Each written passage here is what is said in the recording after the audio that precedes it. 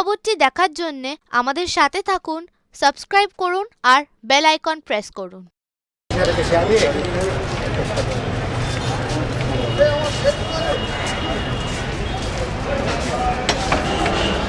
चल चल तो मेरा नाम अनामदास अटोले है। मैं Republican party of India Athawale election commission के पास रजिस्टर्ड पार्टी है। इस पार्टी का मैं राष्ट्रीय अध्यक्ष हूँ। मैं ओरिजिनली महाराष्ट्र का रहने वाला हूँ और लोकसभा में 3 बार मैं आरपीआई की तरफ से, रिपब्लिकन पार्टी ऑफ इंडिया की तरफ से लोकसभा में मैं चुनकर आया था। अभी राज्यसभा में भारतीय जनता पार्टी के सपोर्ट से मैं दूसरी बार मतलब राज्यसभा में आया हूँ और माननीय नरेंद्र मोदी जी की सरकार में मैं दूसरे बार मैं सामाजिक न्याय और अधिकारिता मंत्रालय का राज्य मंत्री हूँ।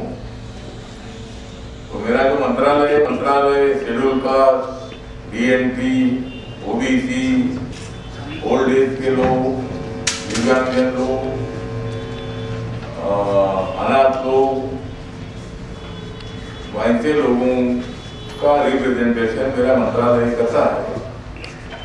मेरे मंत्रालय का जो बजट है, बजट 2021 का 85,000 करोड़ का है और दिव्यांगजनों के लिए जो बजट है, बजट 9,500 का है। एक तो अपने देश में दिव्यांगजनों की संख्या 2,67,557 इतनी 2011 की जनगणना के मुताबिक है। अभी अगले साल में जो जनगणना होने वाली है उसमें दिव्यांगजनों का भी आंकड़ा पकड़ेगा और जो जनगणना है, ये जनगणना मतलब मेरे पार्टी के तरफ से मेरी मांग ये है कि जनगणना जाति के आधार पर होनी चाहिए। अगर ऐसा हो जाता है तो हर जाति का कितना परसेंटेज है ये सबको मालूम हो जाएगा और जनगणना करने से जातिवाद बढ़ेगा ऐसा बिल्कुल नहीं है। समाज में परिवर्तन हो रहा है लेकिन दलित पर, आदिवासी पर अत्याचार भी हो रहे हैं।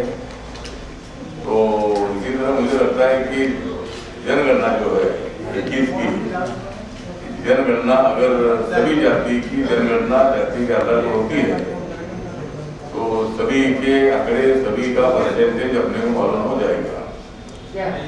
एक तो मेरे मंत्रालय ने, नरेंद्र मोदी सरकार ने एक अच्छा निर्णय लिया है कि जो रिजर्वेशन शेड्यूल कास्ट के लिए 15% है, शेड्यूल ट्राइब के लिए 7.5% है, ओबीसी के लिए 27% है, तो टोटल आरक्षण 49.5% है था।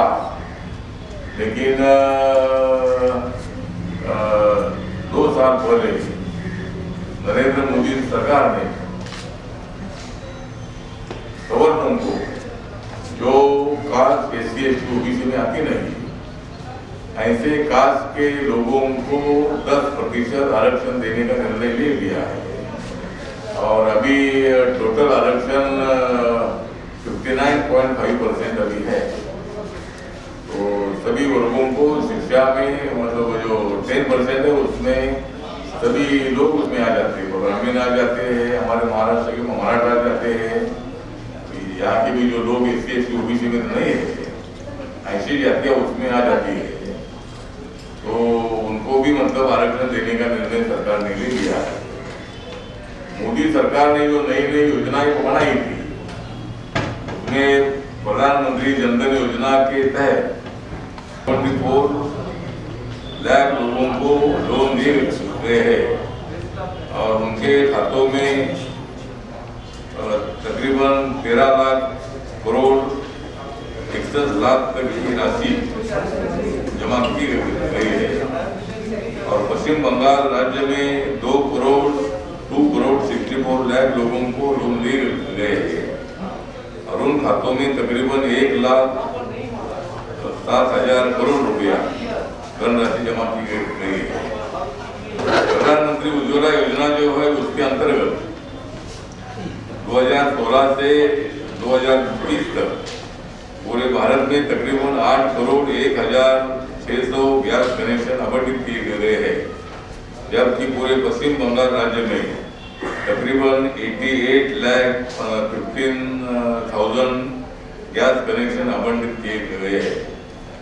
प्रधानमंत्री जन आरोग्य योजना, आयुष्मान भारत योजना जो है ये अभी पूरी भारतवर्ष में तकरीबन 8,05,68,000 परिवारों ने आयुष्मान भारत योजना का लाभ लिया है। और उसके लिए अभी तक पूरे भारत में मतलब 1,79,33 करोड़ सरकार की इस योजना का फायदा जो गरीब लोग हैं ऐसे लोगों को जीवन को बचाने के लिए किया जा सकता है। और ये योजना 23 सितंबर 2018 को रांची से प्रधानमंत्री जी ने अनाउंस की थी। प्रधानमंत्री आवास योजना जो है तो अपने देहात में तो पूरे भारत में तकरीबन 1,82,40,000 मकान बनाए गए हैं। और मतलब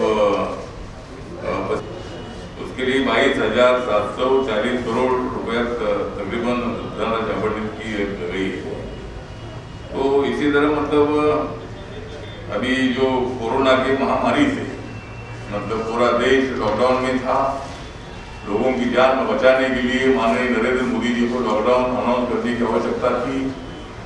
किसी को तकलीफ देने का भावना नहीं थी। अपनी जिंदगी बचाने के लिए नरेंद्र मोदी जी को ये लॉकडाउन अनाउंस करना पड़ा। उससे मजदूरों की बहुत बड़ी हालत हो गई है, बहुत बड़े मजदूर बेरोजगार हो गए। लेकिन अभी थोड़ा सा सभी जो उद्योग चालू हो गए हैं और अभी बहुत सारे मजदूरों को रोजगार मिल रहा है। तो इसी तरह मुझे लगता है कि वेस्ट बंगाल में माननीय ममता बनर्जी से मेरे बहुत अच्छे संबंध पहले से रहे। ममता बनर्जी एक एक्टिव लेडी के रूप में काम कर रही है, लेकिन वेस्ट बंगाल में जो गुंडागर्दी हो रही है ये गुंडागर्दी नहीं होनी चाहिए। लोकतंत्र में जिस तरह कई साल यहाँ के वामपंथी सत्ता में रहे और बाद में ममता बनर्जी को यहाँ सत्ता में आने का मौका मिला।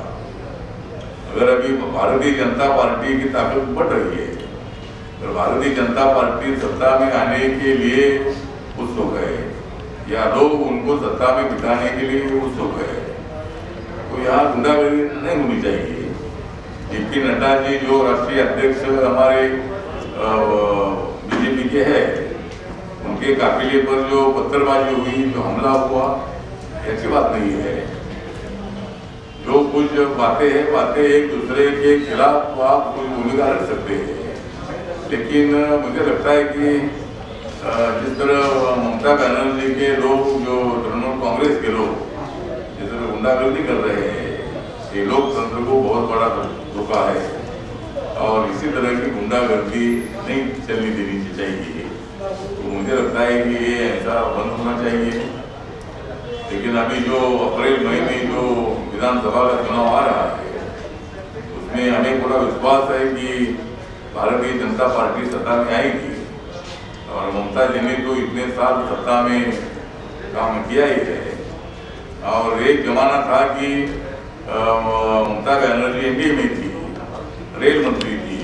अटल जी की सरकार में ममता बनर्जी एनडीए के साथ थी और उन्होंने मतलब बीजेपी के खिलाफ, एनडीए के खिलाफ इसी तरह का रवैया अपनाना ठीक नहीं है। तो इसीलिए मुझे लगता है कि आने वाले चुनाव में वेस्ट बंगाल की जनता नरेंद्र मोदी जी के नेतृत्व को संभालती होगी। तो हमारे मृत्युंजय मलिक हमारे पार्टी के अध्यक्ष है, तो हमारी कोशिश है कि हम बीजेपी के साथ एनडीए में नहीं है। तो रिपब्लिकन पार्टी को एक 10 सीटों का एक लिस्ट हम दिलीप घोष जी को देने वाले हैं। इसमें से जितनी भी सीटें हमको मिलती है उतनी सीटों पर हम चुनाव लड़ेंगे, बाकी की जगह पर मतलब एनडीए के साथ रहेंगे।